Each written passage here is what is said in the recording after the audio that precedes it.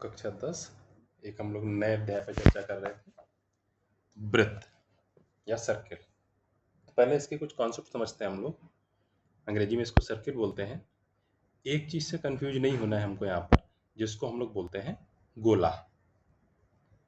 गोला की इंग्लिश होती है स्फीयर, SPHERE।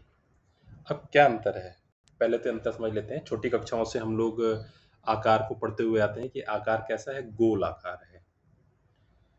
तो गोला और वृत्त में क्या अंतर है? एक तो विज्ञान की भाषा में या गणित की भाषा में कहेंगे गोला जो है हमारा 3D है और वृत्त जो है हमारा 2D है, 2 डायमेंशनल। यानी कि वृत्त को हम लोग कॉपी पर बना सकते हैं, जैसे कि ये बना हुआ है आपके सामने, ये हमारा वृत्त है। और गोला क्या है, उसको कॉपी पर नहीं बना सकते, जैसे कि गेंद। अब गेंद जब बनाएंगे तो उसमें जो है मोटाई भी है, तो ये कॉपी पर नहीं बन सकती। तो पहली बात तो ये अंतर है यहाँ पर। तो इसीलिए क्या हुआ, वृत्त के सूत्र अलग हैं और गोले के सूत्र अलग हैं। गोला मतलब कि सिंपल एक पेपर पर हमने जो है गोल गोल एक आकृति बना दी, तो उसको हम लोग वृत्त कहेंगे। और बाकी जो भी प्रैक्टिकल लाइफ में हमारे उदाहरण है अधिकांशतः गोला हो गया, गेंद हो गया, गोलियां हैं या बैरिंग के छर्रे हैं, ये सब हमारे गोले के उदाहरण हैं। तो हमें यहाँ पर कक्षा 10 में क्या पढ़ना है, हमें पढ़ना है वृत्त के बारे में। तो सामने आकृति देख रहे हैं आप, वृत्त कैसे बनाते हैं हम, एक बीच में एक बिंदु लेते हैं और वहां पर प्रकार की नोक रख के बनाते हैं। तो जिस बिंदु पर हम प्रकार की नोक रख के बनाएंगे उसको हम लोग कहते हैं केंद्र। जैसे यहाँ पर ये बिंदु है, इसको अगर हमने मान लीजिए ओ नाम डाल दिया, तो इसको हम लोग कहेंगे यहाँ पर केंद्र या सेंटर, सी। और जितनी दूरी प्रकार में बढ़ते हैं, जैसे ओ से यहाँ, ये परिधि है, जो चारों ओर का घेरा है इसका परिधि कहलाता है। तो ओ से परिधि के किसी भी बिंदु तक की दूरी को हम लोग कहेंगे यहाँ पर त्रिज्या। तो ये हमारी यहाँ पर त्रिज्या है। तो वृत्त में क्या हो गया, यहाँ पर केंद्र हमारा हो गया, एक त्रिज्या हो गई। अब त्रिज्या को हम लोग अंग्रेजी में रेडियस बोलते हैं। इसलिए चैप्टर में अधिकांशतः ऐसा कोई नियम नहीं है, जहां पर भी त्रिज्या की बात आएगी उसको हम स्मॉल आर या फिर कैपिटल आर से प्रदर्शित करते हैं। केंद्र की बात आएगी ओ से या सी से प्रदर्शित करते हैं, क्योंकि केंद्र को हम लोग सेंटर बोलते हैं। और परिधि, परिधि क्या हो गया यहाँ पर, परिधि का मतलब हुआ कि हम लोग इस वृत्त का घेरा कितना है। जैसे अब ये मान लीजिए ए बिंदु था, तो ए से अगर हम लोग चलना स्टार्ट करते हैं तो इस तरह से इस पर चलते चलते चलते चलते चलते चलते वापस हम ए पर आ जाते हैं। तो जितना हम चले, जितनी दूरी, उसी दूरी को हम कहेंगे परिधि। यानी कि इस तरह से समझ लें कि अगर ये एक वृत्त था, इस वृत्त को हम खोल दें, यहाँ बीच से काट दें और काट करके एक तार था कुछ भी, इसको सीधा कर दें, तो ये जो हिस्सा है ये परिधि कहलाएगा। और इसी को फिर वापस लपेट दें तो वो हमारा वृत्त के रूप में बन जाएगा। यानी वृत्त को अगर हम एक जगह से काट दें और काट करके दोनों हिस्सों को फैलाकर सीधा कर दें तो वही हिस्सा कहलाता है यहाँ पर परिधि। अब परिधि, त्रिज्या और व्यास, हाँ एक चीज यहाँ पर और आएगी, व्यास। व्यास क्या है, केंद्र से जाने वाली रेखा जो दोनों ओर परिधि को मिलाए। ये आपको सामने दिख रहा है, तो इसको हम लोग कहेंगे व्यास। डायमीटर होता है, इसलिए अंग्रेजी के अक्षर डी या कैपिटल डी से प्रदर्शित करते हैं, ऐसा कोई जरूरी नहीं है यहाँ पर। अब इसमें आगे देख लें हम लोग। अब यहाँ कक्षा 10 में हमको क्या पढ़ना है, एक वृत्त के सापेक्ष एक रेखा की स्थिति हमें पढ़नी है। यहाँ पर कोई भी रेखाखंड या रेखा या किरण। अब यहाँ पर 3 स्थितियां हो सकती हैं। एक रेखा है हमारी लाइन, तो रेखा के लिए हमारी 3 स्थितियां हो सकती हैं। कैसे, एक तो रेखा ये हो गई हमारी नंबर 1, दूसरी रेखा ये हो गई इसको छूते हुए जा रही है इस तरह से, नंबर 2 स्थिति, तीसरी रेखा ये हो गई इसको काटते हुए जा रही है, तो ये नंबर 3 स्थिति। तो हमारी किसी भी रेखा की 3 स्थितियां हो सकती हैं। अब हम यहाँ पर देखें, तीनों स्थितियों में।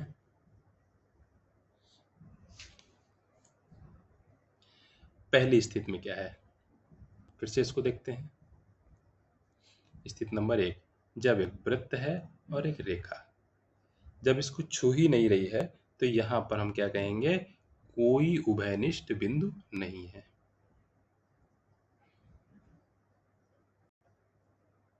कोई उभयनिष्ठ बिंदु नहीं है, तो ये वृत्त को रेखा छू नहीं रही। दूसरा, अगर छू रही है तो छूने में क्या होगा, सिर्फ एक उभयनिष्ठ बिंदु होगा। तो यहां पर जो है हमारा एक उभयनिष्ठ बिंदु है। उभयनिष्ठ मतलब कॉमन, जो रेखा और वृत्त दोनों पर हमारा होगा। तो एक उभयनिष्ठ बिंदु है, और इसी उभयनिष्ठ बिंदु को हम लोग यहां पर कहेंगे स्पर्श बिंदु। ये हमारा स्पर्श बिंदु हो जाएगा, जहां पर छू रही है, तो ये हमारा स्पर्श बिंदु। तीसरी स्थिति क्या होगी,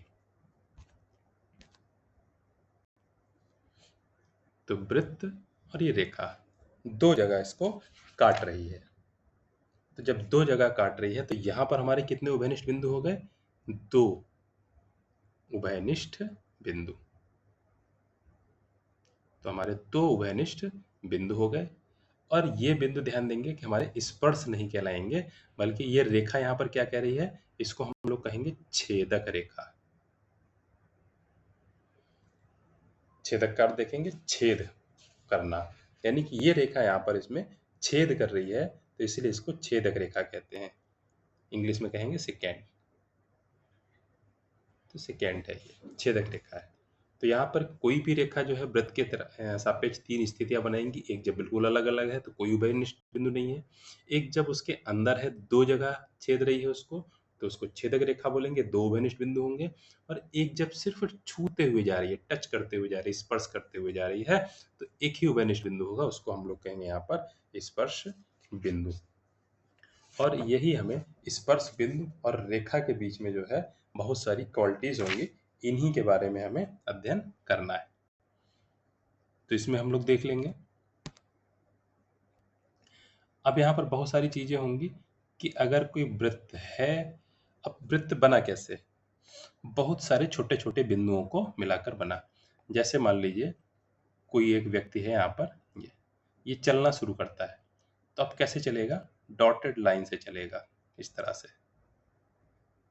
ये डॉट और पास पास में होंगे, दूर दूर बन रहे हैं ये, और इन सारे डॉट को मिला करके, लपेट करके एक सिरे को दूसरे सिरे से मिला दें और गोल कर दें, तो ये क्या बनेगा, हमारा एक वृत्त।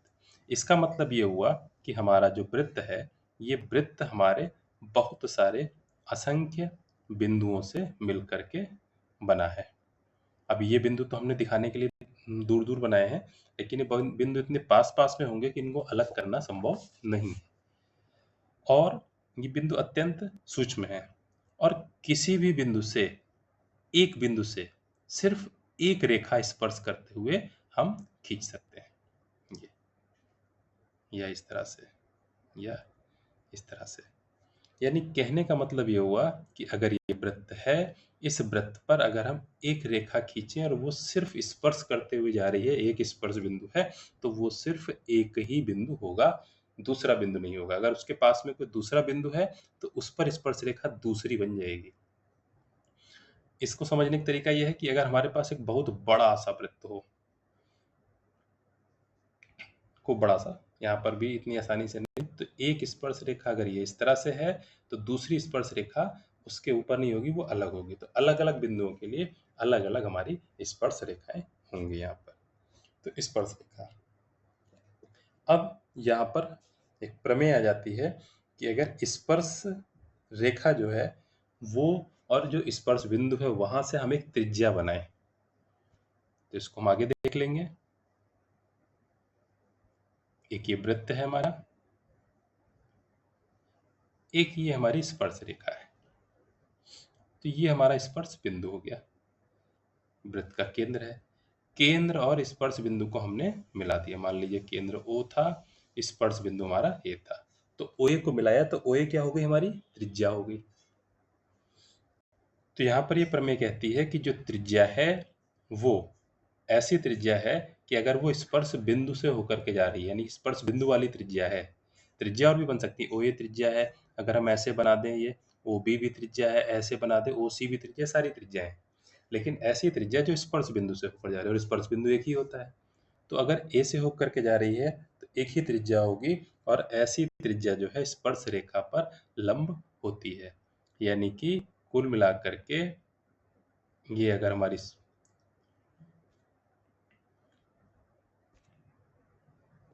ये हमारी स्पर्श रेखा है, ये त्रिज्या है, तो ये कोण हमारा 90 डिग्री का होगा।